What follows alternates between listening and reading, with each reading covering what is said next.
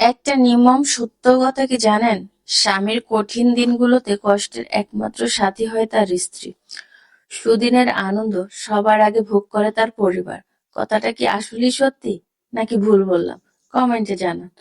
পুরুষের পকেট যখন শূন্য থাকে তখন পাশে থাকে শুধু স্ত্রী, আর পকেট যখন পূর্ণ হয় তখন ভাগ বসাতে আসে পুরো পরিবার। কষ্টটা এখানেই। দুঃসময় যে মেয়েটা ছায়ার মতো পাশে রইল, সুসময় সেই কেন একপাশে পড়ে রয়?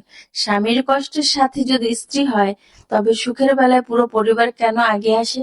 সমাজটা বোধহয় এমনই, তাই না? স্বামীর ভাঙা দিনগুলো জোড়া লাগায় যে নারী, সুদিনের আলোয় তাকেই নাকি সবচেয়ে বেশি অবহেলা সহ্য করতে হয়। কষ্টের দিনে স্ত্রী আর সুখের দিনে পরিবার। এটাই কি মধ্যবিত্ত সংসারের চেনা গল্প? আসসালামু আলাইকুম এভরিওয়ান, কেমন আছেন?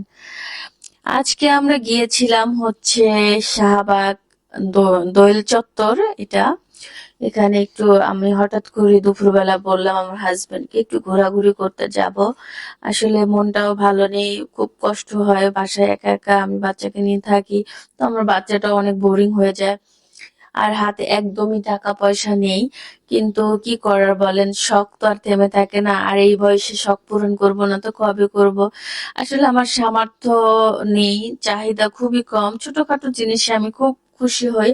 আর আমি যেহেতু ভিডিও বানাই, ভিডিও করতে একটু সুন্দর করার জন্য আমাকে অনেক চেষ্টা করতে হয়।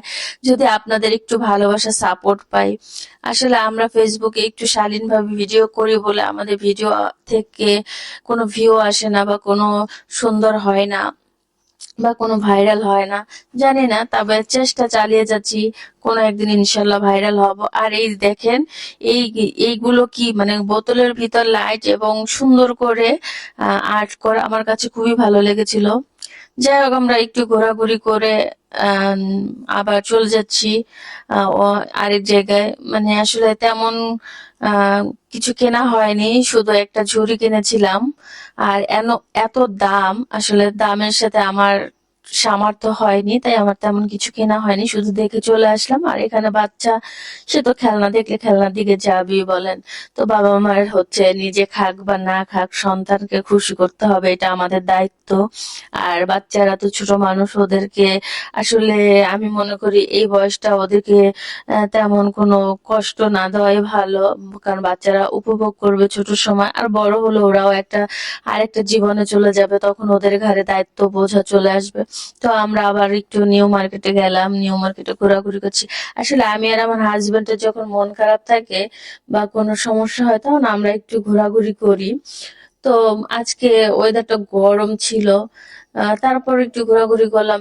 আর আমার হাজবেন্ড আসলে একটু আম, কেনাকাটা পছন্দ করে, বাট এখন আর্থিক সমস্যার কারণে তার কেনাকাটাটাও একদম বন্ধ। কি করার আর বলেন।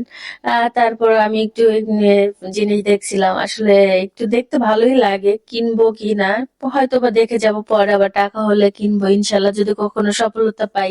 ছোট ছোট কিছু সংসারের জিনিস কেনার স্বপ্ন আছে, পূরণ করবো ইনশাল্লাহ। আর বাসায় এসে গরুর মাংস রান্না বসিয়ে দিলাম আমার হাজবেন্ডের অফিসে কলিগদের জন্য। তো কেমন আছেন জানাবেন সবাই কমেন্টের মাধ্যমে। আর thank you for watching my video.